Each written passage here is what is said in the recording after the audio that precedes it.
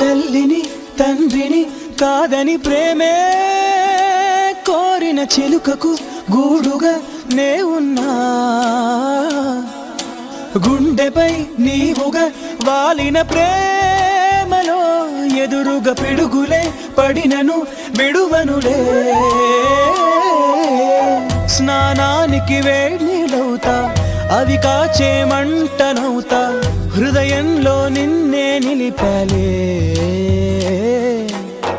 నిదురించే కంట్లో నేనే పాపల్లే మేలుకుంటా, కలలోనే గస్తీ కాస్తాలే.